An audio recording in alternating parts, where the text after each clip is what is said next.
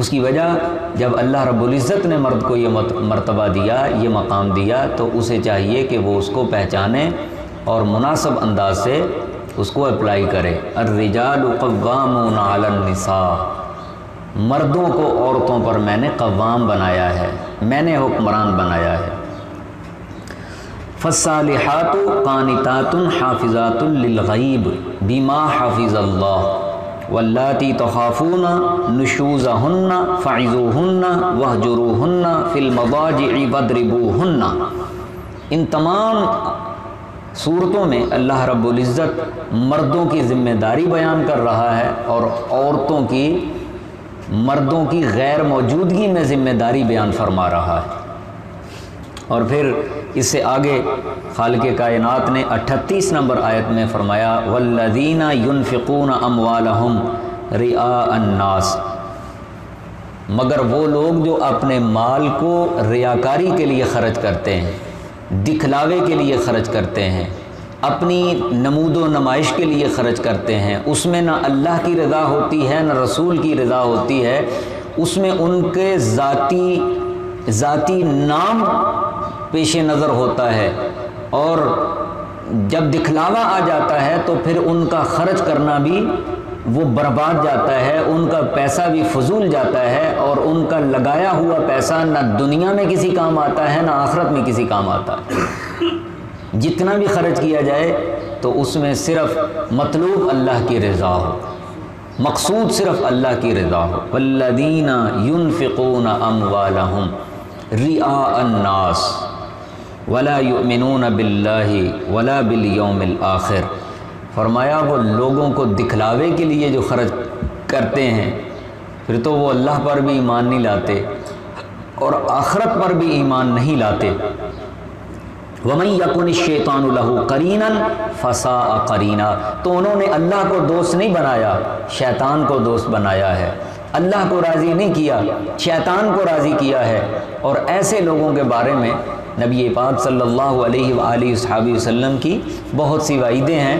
قیامت کے دن جب ان کو بلایا جائے گا اللہ کی راہ میں خرچ کرنے والے کو، تو وہ عرض کرے گا مولا میں نے تیری راہ میں اتنا خرچ کیا، دنیا میں نے اتنا فلاں کو دیا، اتنا فلاں کو دیا، یہ اس مد میں خرچ کیا، تو اللہ فرمائے گا تیرے خرچ کرنے کا مطلب تو یہ تھا کہ لوگ تیری واہ واہ کریں، اور وہ دنیا میں ہو گئی ہے۔ تو جو یہ چاہتا تھا کہ نمود و نمائش ہو، نام ہو، تو وہ تو دنیا میں تجھے نام مل گیا ہے، نمود و نمائش ہو گئی ہے، اور تیری بلے بلے بھی ہو گئی ہے، تو جو تو چاہتا تھا وہ تو تجھے مل گیا ہے، اب میری بارگاہ سے کیا لینا چاہتا ہے؟ تو اللہ کی رضا کے لیے جو بھی کیا جائے وہ خرچ کیا جائے۔ اس میں تھوڑا سا فرق مفسرین کرام نے یہ بیان فرمایا کہ جو نفلی صدقات ہیں ان کو چھپا کر دیا جائے، جو فرض صدقات ہیں ان کو اعلانیہ دیا جائے۔ مثلا جو زکوٰۃ ہے وہ فرض ہے، مگر مجھ پہ اور آپ پہ، رسول پاک صلی اللہ علیہ وسلم پہ زکوٰۃ بھی فرض نہیں۔ امام ابن عابدین شامی نے لکھا ہے کتاب الزکوٰۃ کے شروع میں کہ امت پہ تو زکوٰۃ فرض تھی، مگر رسول پاک صلی اللہ علیہ وسلم پہ زکوٰۃ فرض نہیں تھی۔ جس طرح حضور علیہ السلام پہ تہجد فرض تھی، امت پہ فرض نہیں تھی۔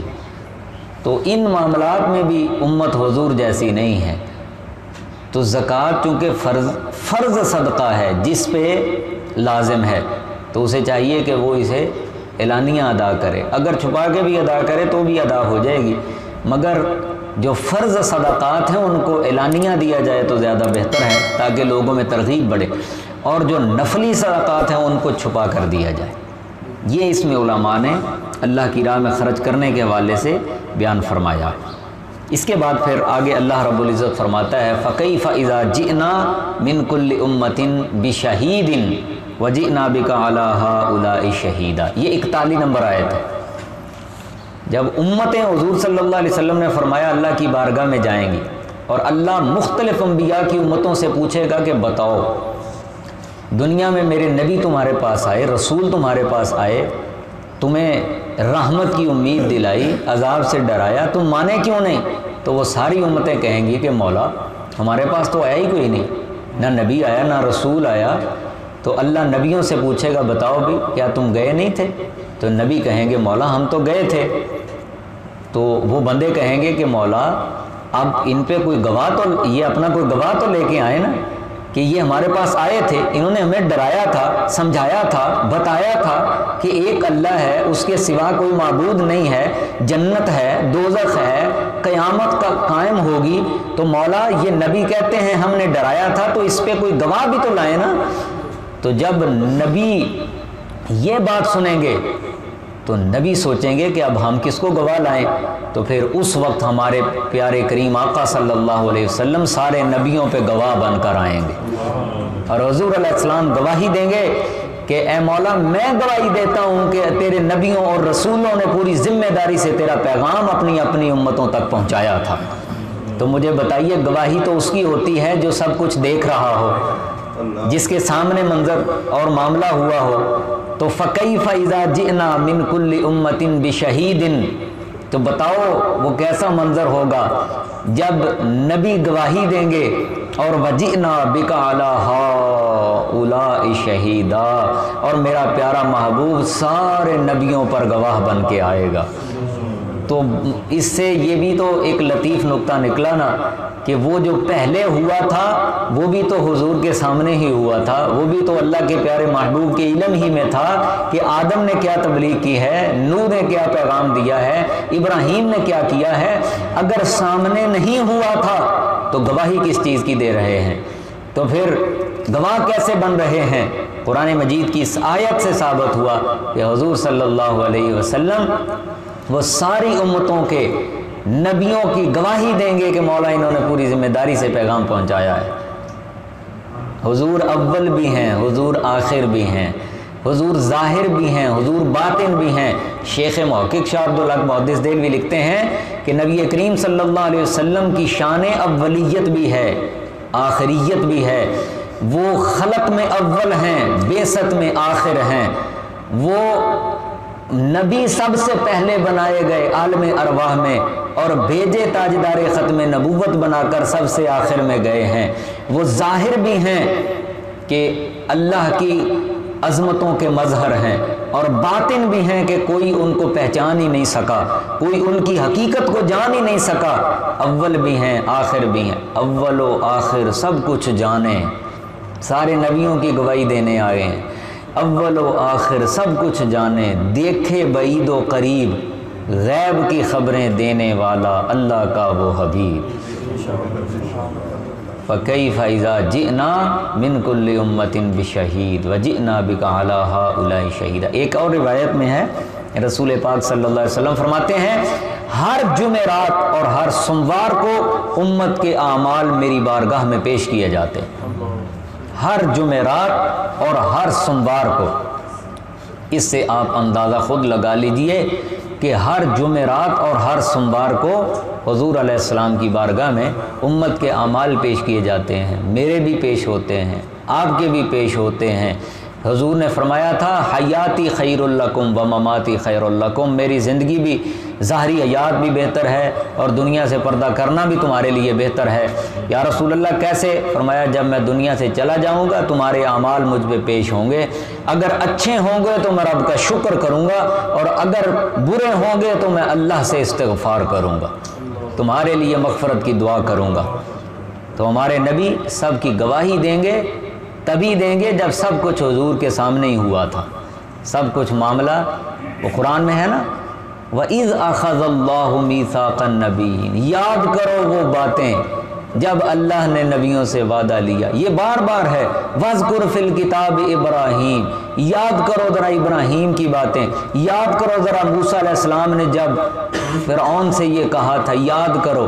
یاد تو وہی کرایا جاتا ہے نا جو پہلے سامنے ہوا ہو، اگر کسی کو پتہ ہی نہ ہو تو کیا کسی کو یاد کروانا۔ اس سے اگلی آیت سماعت فرمائیے، 43 نمبر آیت ہے، یا ایھا الذین آمنوا لا تقربوا الصلاۃ وانتم سکارى۔ مسلمانوں نے ایسے بھی تھے کہ جنہوں نے اس وقت جب ابھی حرمت شراب کا حکم نہیں آیا تھا تو انہوں نے شراب نوش کر لی اور اسی حالت میں نماز پڑھنے لگ گئے، تو اللہ رب العزت نے پھر فرمایا یا ایھا الذین آمنوا لا تقربوا الصلاۃ، اے ایمان والو نماز کے قریب نہ جاؤ۔ کئی لوگوں نے یہیں پہ وقف کر لیا کہ بھئی نماز کے تو قریب نہ جاؤ، وانتم سکارا، اور مالک نے فرمایا جب نشے کی حالت میں ہو وہ تو پھر نماز کے قریب نہ جاؤ۔ یہ باتیں اس وقت کی ہیں جب شراب کی حرمت نہیں آئی تھی، تو پھر جب شراب کی حرمت آ گئی تو پھر ہر حالت میں اللہ نے شراب سے منع فرما دیا۔ اللہ رب العزت فرماتا ہے، اور اس حوالے سے آپ یہ بھی بات یاد رکھیے کہ نبی کریم صلی اللہ علیہ وآلہ وصحبہ وسلم آپ کی پیاری زوجہ حضرت عائشہ صدیقہ رضی اللہ عنہا کا ایک بہت مشہور واقعہ ہے جو اسی آیت کے ضمن میں عرض کرنا چاہتا ہوں۔ اللہ رب العزت اسی آیت میں آگے فرماتا ہے وَإِن كُنتُم مَرْضَىٰ أَوْ عَلَىٰ سَفَرٍ أَوْ جَاءَ أَحَدٌ مِّنكُم مِّنَ الْغَائِطِ أَوْ لَامَسْتُمُ النِّسَاءَ فَلَمْ تَجِدُوا مَاءً فَتَيَمَّمُوا صَعِيدًا طَيِّبًا، اگر تم میں سے کوئی بیمار ہو یا سفر پر ہو یا ایسی جگہ ہو جہاں پانی میسر نہ ہو، تو رب ذوالجلال نے فرمایا ایسی حالت میں پھر تم تیمم کر لو پاک مٹی کے ساتھ۔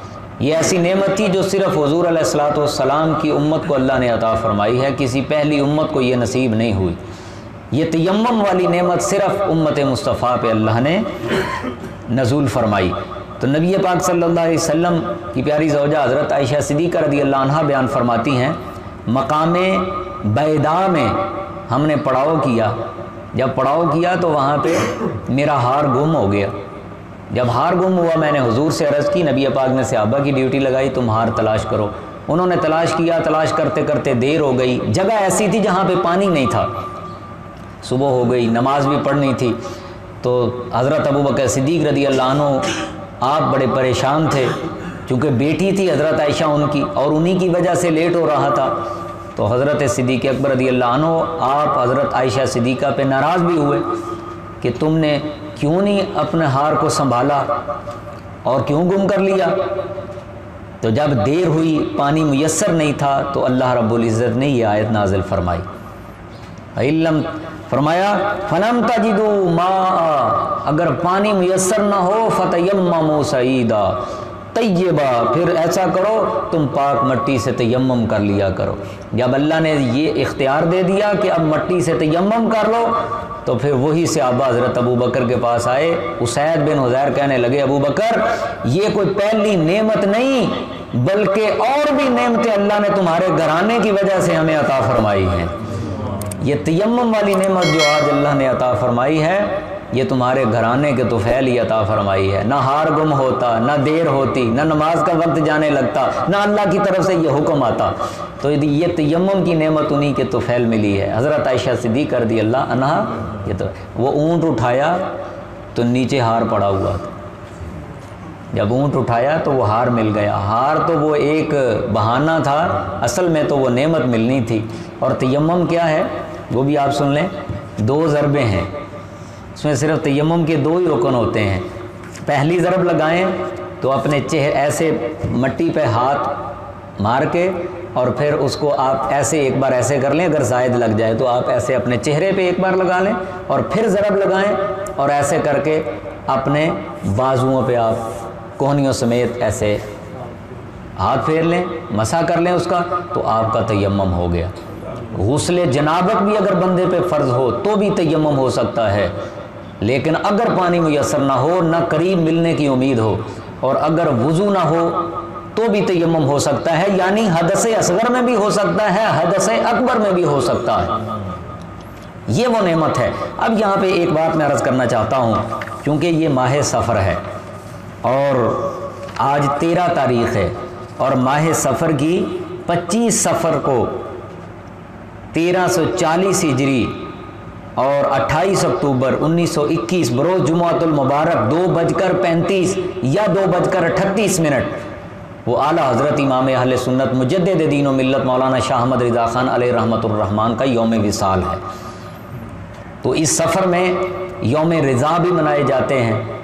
تو تیمم کے حوالے سے ایک بات میں آپ کی عرض کر دوں کہ اعلیٰ حضرت امام احمد رضا خان علیہ رحمۃ الرحمن کی شہرت تو ویسے عشق رسول کی وجہ سے ہے، محبت رسول کی وجہ سے ہے، آپ کی جو وجہ شہرت ہے، لیکن میں جس کانٹیکسٹ میں آپ کی بات یہاں کوٹ کرنا چاہتا ہوں وہ آپ کی علم فقہ میں مہارت ہے۔ 14 سال کی عمر میں آپ نے پہلا فتویٰ لکھا تھا مسئلہ رضاعت پر، جو مائیں اپنے بچوں کو فیڈ کرواتی ہیں، اور آج کل کے 14 سال کے بچے کو وضو کے فرائض بھی نہیں آتے، ڈیٹیل میں جانا تو دور کی بات ہے۔ 14 سال کی عمر میں آپ نے پہلا فتویٰ لکھا مسئلہ رضاعت پر، اور وہ فتویٰ ایسا تھا سبحان اللہ، قرآن و حدیث کے دلائل کے انبار تھے، قطار اندر قطار تھے۔ جب بر صغیر کے جید علماء نے اس کو پڑھا تو وہ حیران ہو گئے کہ جو بچہ 14 سال کی عمر میں اس انداز سے فتویٰ تحریر کر رہا ہے تو آگے اس کے علم کا عالم کیا ہوگا۔ کسی نے تیمم کی تعریف اور ماہیت شرعیہ پوچھی کہ حضرت یہ بتائیے تیمم کی تعریف کیا ہوتی ہے، ماہیت شرعیہ کیا ہوتی ہے، تو اعلیٰ حضرت امام احمد رضا خان علیہ رحمۃ الرحمن نے وہ سوال کہ جس کا جواب 3 لائنوں میں دیا جا سکتا تھا، آپ نے اس سوال کے جواب میں 264 صفحات تحریر فرمائے۔ وہ جلد اول فتاوی رضویہ میں تفصیل موجود ہے، اور علم فقہ میں یہ ایک عالمی ریکارڈ تھا کہ تیمم کی آپ نے 7 تعریفیں بیان فرمائیں، پھر تیمم سے متعلق کتب فقہ کی آپ نے جملہ عبارات نقل فرمائیں، ان پہ سیر حاصل تبصرہ فرمایا اور ان کی مطابقت و موافقت فرمائی، اجمال کی تفصیل کی، ابہام کی توجیہ کی۔ لوگ ورطہ حیرت میں پڑ گئے کہ ایک ایسا سوال جس کا جواب چند لائنوں میں آ سکتا ہے، 264 صفحات اس پہ تحریر فرمائے ہیں، اور اس میں آپ نے کمال کیا کیا ہے وہ ذرا ملاحظہ فرما لیں۔ اس سوال کے جواب میں آپ نے 311 امور بیان فرمائے، 181 تیمم کی جائز صورتیں بیان فرمائیں، اور 130 تیمم کے عدم جواز کی صورتیں پیش کی، کہ 181 صورتوں میں یا 181 اشیاء سے تیمم ہو سکتا ہے، 130 اشیاء سے تیمم نہیں ہو سکتا۔ اور اس میں اعلیٰ حضرت کا کمال کیا تھا یہ تو آپ نے ڈیفائن کر دیا۔ کمال یہ تھا اعلیٰ حضرت کا، وہ ذرا سماعت فرمائیے۔ آپ نے جو 181 تیمم کی جائز صورتیں بیان فرمائیں، 74 تو وہ تھیں جو آپ سے پہلے 1100 سال کے فقہا نے بیان فرمائی تھی 181 میں، اور 107 کا آپ نے خود سے اجتہاد کرتے ہوئے اضافہ فرمایا، اور تیمم کی جو 130 عدم جواز کی صورتیں بیان فرمائیں ان میں 58 تو وہ تھی جو فقہا متقدمین نے بیان فرمائی تھی، اور 72 اشیاء کا اضافہ اعلیٰ حضرت علیہ رحمہ نے اجتہاد کرتے ہوئے اور استنباط کرتے ہوئے امام اعظم ابو حنیفہ کے مذہب پہ رہتے ہوئے اضافہ فرمایا۔ ارے کوئی تو 1 2 3 4 کا بھی اضافہ نہ کر سکے، لیکن اعلیٰ حضرت ان کو اس لیے کہتے ہیں کہ آپ نے 200 سے زائد صورتیں جواز کی اور عدم جواز کی بیان کر کے آپ نے اضافہ فرمایا۔ اور یہ ایسا کام تھا کہ علامہ اقبال نے فرمایا اعلیٰ حضرت امام اہل سنت مولانا احمد رضا جیسا فقیہ شاید بر صغیر میں نہ کبھی پیدا ہوا نہ کبھی پیدا ہوگا۔ ایسی فقہی مہارت تھی، لیکن آپ کی وجہ شہرت جو ہے دنیا میں وہ عشق رسول کی وجہ سے، عشق رسول۔ بہرحال یہ ایک ضمناً بات آئی تو میں نے تیمم کے حوالے سے عرض کر دی۔ تو تیمم وہ اللہ رب العزت فرماتا ہے اگر پانی میسر نہ ہو تو پھر تم تیمم کر لو۔ اس کے بعد آگے اللہ رب العزت نے سورۃ النساء کی آیت نمبر 41 میں بیان فرمایا ان اللہ لا یغفر ان یشرک بہ ویغفر ما دون ذلک، اللہ شرک کو معاف نہیں کرتا اور شرک کے علاوہ گناہوں کو اللہ معاف فرما دے۔ شرک کیا ہوتا ہے؟ شرک یہ ہوتا ہے کہ دو باتیں میں اس سلسلے میں عرض کرتا ہوں۔ ویسے تو آج کل شرک کی فیکٹریاں لگی ہوئی ہیں، شرک کی فیکٹریوں سے مراد یہ ہے کہ توپیں لگی ہوئی ہیں، یہ بھی شرک وہ بھی شرک، یہ بھی شرک یہ بھی شرک یہ بھی شرک۔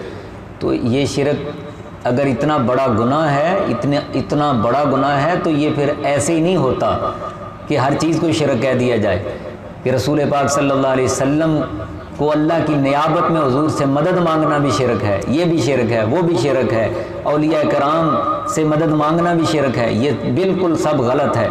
شرک کیا ہوتا ہے؟ سنیے، شرک صرف 2 چیزیں ہوتی ہیں۔ وہ کیا ہوتی ہیں؟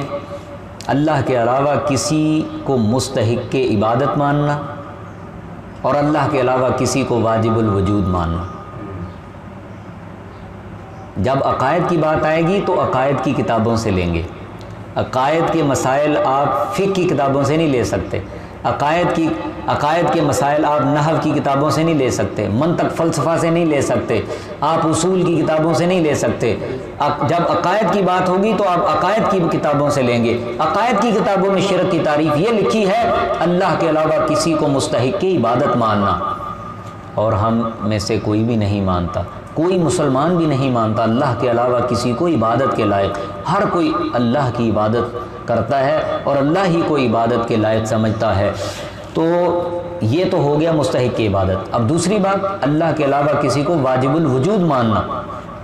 واجب الوجود کا مطلب کیا ہوتا ہے کہ کوئی ایسا وقت نہیں تھا کہ جب اللہ نہیں تھا, اور کوئی ایسا وقت نہیں ہوگا جب اللہ نہیں ہوگا.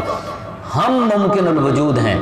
ایک ایسا وقت تھا جب ہم نہیں تھے, ایک ایسا وقت ہوگا جب ہم نہیں ہوں گے.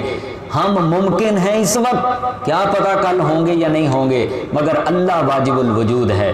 تو دو باتیں صرف شرک کے دائرے میں بندے کو داخل کرتی ہیں, اللہ کے علاوہ کسی کو مستحق کی عبادت ماننا اور اللہ کے علاوہ کسی کو واجب الوجود ماننا. یہ دو باتیں اپنے ذہنوں میں رکھیے گا. یا ایھا الذین آمنوا اطیعوا اللہ واطیعوا الرسول واولی الامر منکم.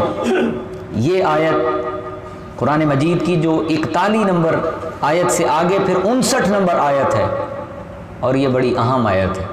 فرمایا یا ایھا الذین آمنوا, اے ایمان والو, اطیعوا اللہ, اللہ کی اطاعت کرو, واطیعوا الرسول, اور رسول کی اطاعت کرو. اور آگے کیا کہا, وَأُولِي الْأَمْرِ مِنْكُمْ, اور فقہا کی اطاعت کرو. کن کی؟ فقہا کی. یہ خلاصہ میں نے عرض کیا ہے. فقہا کی اطاعت کرو, مجتہدین کی اطاعت کرو, ماہرین کی اطاعت کرو. اور آگے کہا فَإِن تَنَازَعْتُمْ فِي شَيْءٍ فَرُدُّوهُ إِلَى اللَّهِ وَالرَّسُولِ. اگر کسی معاملے میں جھگڑا ہو جائے, اختلاف ہو جائے, تو پھر فَرُدُّوهُ إِلَى اللَّهِ وَالرَّسُولِ, تو اس میں اللہ رسول کا فیصلہ دیکھو, اس میں اللہ رسول کا فیصلہ. اب اس میں 4 چیزیں ہیں جو اس آیت میں اللہ نے بیان فرمائی ہیں, اور ہمارے نزدیک 4 ہی دلائل شرعیہ ہیں. مشکل نہیں ہے اگر آپ توجہ فرمائیں گے. ہمارے نزدیک 4 ہی دلائل شرعیہ ہیں. ہم 2 والے نہیں ہیں, ہم 4 والے ہیں, کیونکہ 4 ہی اس آیت میں اللہ نے باتیں بیان فرمائی ہیں. ہم کہتے ہیں اگر کوئی مسئلے کا حل ڈھونڈنا ہے تو قرآن میں دیکھو. اگر قرآن کے ظاہری لفظوں میں آپ کو نہ ملے, میں یہ نہیں کہہ رہا کہ قرآن میں نہ ملے, میں یہ کہہ رہا ہوں کہ قرآن کے ظاہری لفظوں میں ہمیں نہ ملے یا آپ کو نہ ملے, تو پھر حدیث میں دیکھو. اگر حدیث کے ظاہری لفظوں میں آپ کو نہ ملے تو پھر اجماع امت میں دیکھو, صحابہ کے اجماع میں دیکھو کہ صحابہ کے زمانے میں کوئی ایسا مسئلہ پیش آیا تھا, کیا انہوں نے اس پہ اتفاق کیا تھا. اگر آپ کو ایسا نہ ملے تو پھر تم قیاس میں دیکھو. اور یہ 4 چیزیں اسی آیت میں اللہ بیان فرما رہا. مثلا اگر کوئی آپ سے پوچھے یہ بتاؤ کہ کھانے میں اگر مچھر گر جائے تو پھر اس کا کیا حکم ہے, کیا وہ کھا لینا چاہیے یا گرا دینا چاہیے, تو ہم دیکھیں گے کہ قرآن کے ظاہری لفظوں میں تو اس کا کوئی حل نہیں ہے, اور حدیث پاک کے ظاہری لفظوں میں بھی اس کا کوئی حل نہیں ہے. مچھر کھانے میں گر جائے تو اس کا حل تو حدیث پاک میں کہیں بھی نہیں ملا ہوا, اور اجماع امت میں بھی آپ کو نہیں ملے گا. ہاں جو 4تھا درجہ ہے نا دلائل شرعیہ کا, اس میں آپ کو ملے گا. وہ کیا ہے؟ وہ ہے قیاس. ہم یہ دیکھیں گے کہ مچھر بالکل معمولی سی جسامت کا ہے. ہاں مکھی کے بارے میں حکم ہے حدیث پاک میں کہ اگر گر جائے تو اس کو پورا اس کھانے کے اندر آپ ڈپ کر لیں, نیچے کر لیں, اور پھر اس کو نکال کے باہر پھینک دیں, تو وہ پھر نقصان دہ نہیں ہے. تو ہم یہ قیاس کرتے ہوئے, مکھی پہ قیاس کرتے ہوئے ہم مچھر کا حکم لگائیں گے کہ مچھر اس سے بھی معمولی ہے. تو جب مکھی کے بارے میں یہ حکم ہے تو مچھر کے بارے میں بھی یہی حکم ہوگا. تو اس کو کہتے ہیں قیاس. اور یہ 4 چیزیں ہماری دلائل شرعیہ ہیں, لیکن ہیں ڈگری بائی ڈگری, گریجولی, پہلے قرآن, پھر حدیث, پھر اجماع امت, پھر قیاس. اور یہی ہمارے دلائل شرعیہ ہیں, اور جو اس آیت سے ثابت ہیں. اب آخری آیت آپ سماعت فرما لیں اور پھر بات ختم کرتے ہیں. یہ سورۃ النساء کی 64 نمبر آیت ہے, اور یہ بڑی ایمان پرور آیت ہے۔ ویسے تو قرآن کا ہر لفظ اور ہر حرف ہی ایمان پرور ہے، لیکن یہ آیت تو ایسی آیت ہے کہ جو سن کے عاشقوں کے سینے ٹھنڈے ہو جاتے ہیں۔ اور یہ 64 نمبر آیت وہ ہے کہ جب حضور علیہ السلام کے بارے میں اللہ رب العزت نے فرمایا، ایمان والو، اہل ایمان اگر گناہ کر لو، اگر اپنی جانوں پہ ظلم کر لو تو پھر میرے محبوب کی بارگاہ میں آ جاؤ۔ وَلَوْ أَنَّهُمْ إِذْ ظَلَمُوا أَنفُسَهُمْ، اگر اپنی جانوں پہ ظلم کر لو، مولا اگر کعبہ میں آ جائیں تو پھر کیا ہے؟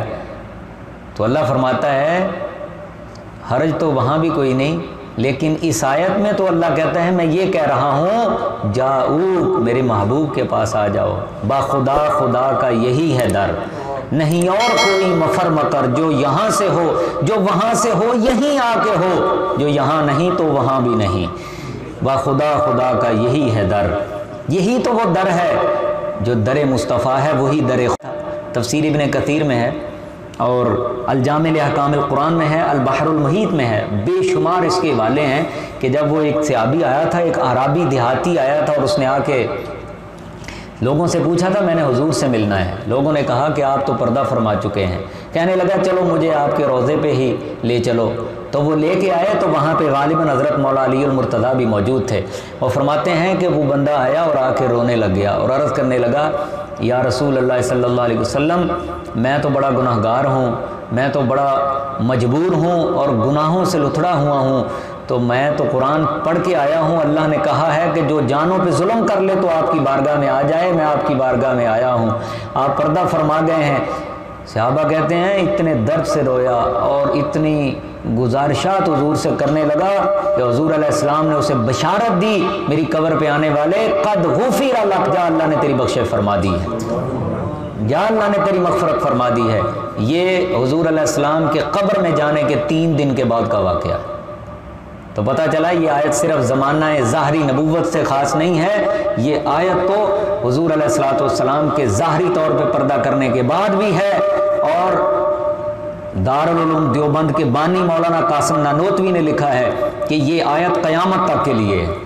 مفتی محمد شفیع تقی عثمانی کے والد، انہوں نے لکھا ہے تفسیر معارف القرآن میں کہ یہ آیت قیامت تک کے لیے ہے، صرف حضور کے زمانے تک کے لیے نہیں تھی کہ اپنی جانوں پہ کوئی ظلم کر لے تو حضور کی بارگاہ میں آ جائے۔ آج بھی مفتی محمد شفیع دیوبندی لکھتے ہیں کہ اگر آج بھی کوئی حضور علیہ السلام کی بارگاہ میں پورے اہتمام اور عقیدت و احترام سے جائے اور اپنی گزارش حضور سے کہے کہ یا رسول اللہ میری سفارش کر دے اللہ کی بارگاہ میں، تو اللہ کے نبی آج بھی کرم فرماتے ہیں، آج بھی رحم فرماتے ہیں، کیونکہ میرے کریم سے گر قطرہ کسی نے مانگا تو دریا بہا دیے ہیں، دربے بہا دیے ہیں، اور ان کی مہک نے دل کے غنچے کھلا دیے ہیں، اور جس راہ چل دیے ہیں کوچے بسا دیے ہیں۔ آج بھی حضور کا دریائے رحمت جوش میں ہے۔ تو یہ ایک بڑا طویل عنوان ہے، بہرحال میں اسی پہ اکتفا کرتا ہوں۔ تو قرآن مجید کی یہ جو آیات ہیں اور اس میں جو ہمارے لیے احکام ہیں، اللہ تعالی ہمیں سمجھنے اور اس کی برکتیں حاصل کرنے اور اس پہ عمل کرنے کی اللہ ہمیں توفیق عطا فرمائے۔ وآخر دعوانا ان الحمد للہ رب العالمین۔